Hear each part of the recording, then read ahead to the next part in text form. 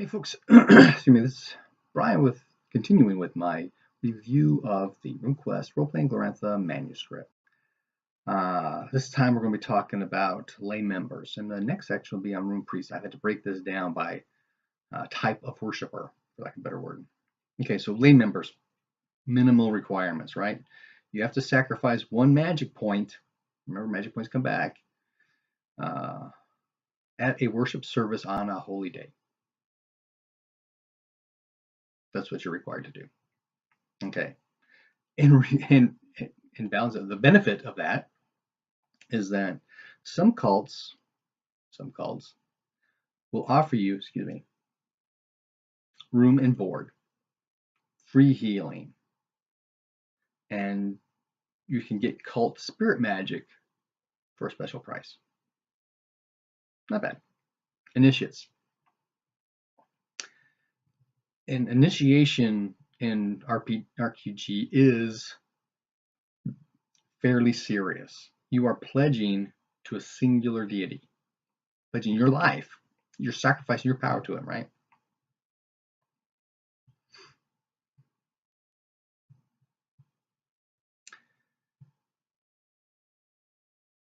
You have rituals. You can sacrifice only to rituals of your own deity. You can attend only rituals of your own deity. But then it's not just your own deity. You have associated deity, and you've got friendly cults. So you can, there's some smattering there, right? Any initiate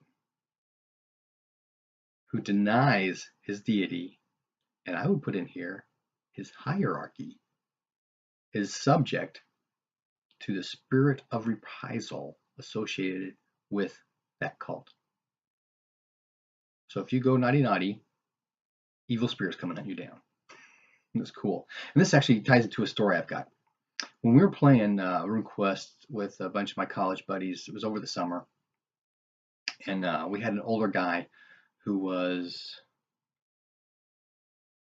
I don't remember if he was our GM or just one of the players, but one of the other players was all about battle magic, and he had his power boosted up to 18. And this older guy, he must have been the GM, because he was saying, your cult leadership is telling you you need to either sacrifice some of that power or test for priestship, because normal people don't have powers of 18 or higher. So you need to sacrifice. But the guy kept bucking at that. No, I want my 18 power. I want my 90% chance to cast my combat magic. Well, guess what? Now we can send a spirit of reprisal to you. You want to sacrifice that power? Fine. Deal with this guy. I love that. That is great. A great tool. Okay, so how do you become an initiate? Well, first you have to be a lay member. Yeah, that's obvious. And then you have to have a rune affinity of 50% or higher and at least one rune associated with the deity. You could have more than two. You could have higher 50%. Yeah, that's the minimum, right? If the character is unfamiliar with the temple's hierarchy, this gets into your parents are members of a temple, right? You have to test. That test is abstracted out to 20 lunars as a donation, and a percentile roll for each cult skill,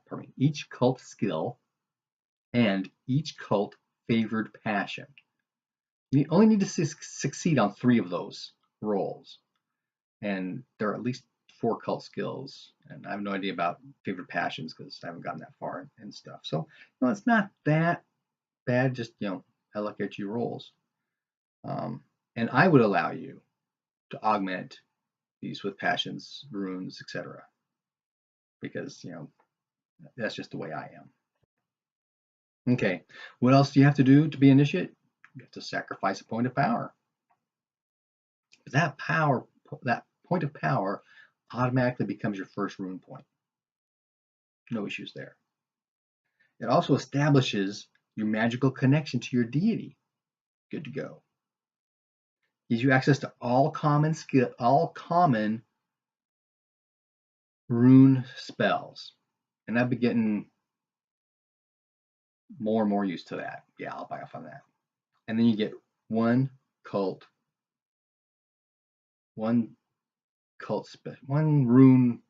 cult special cult, one cult special rune spell. There we go. Yeah, that I actually have an issue with now. If you're getting access to all of the common spells, I think that's your rune point.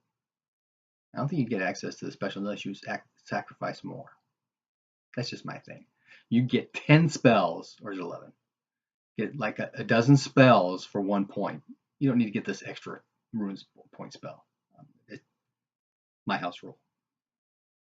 Okay, duties and restrictions for initiates. You must donate 1/10 of your income and 1/10 of your time to the temple or to temple activities. For example, the temple can send you on a quest. That's part of your 1/10 time. No issues there. You must obey the commands of your god as expressed by the priests in the hierarchy. Again, if you don't, spirits of retribution. Some cults will restrict initiates from becoming shamans or sorcerers. No issues there. That's pretty common from Request 2 and 3. Okay, some of the benefits. One of the benefits of being an initiate, well, we already talked about rune spells.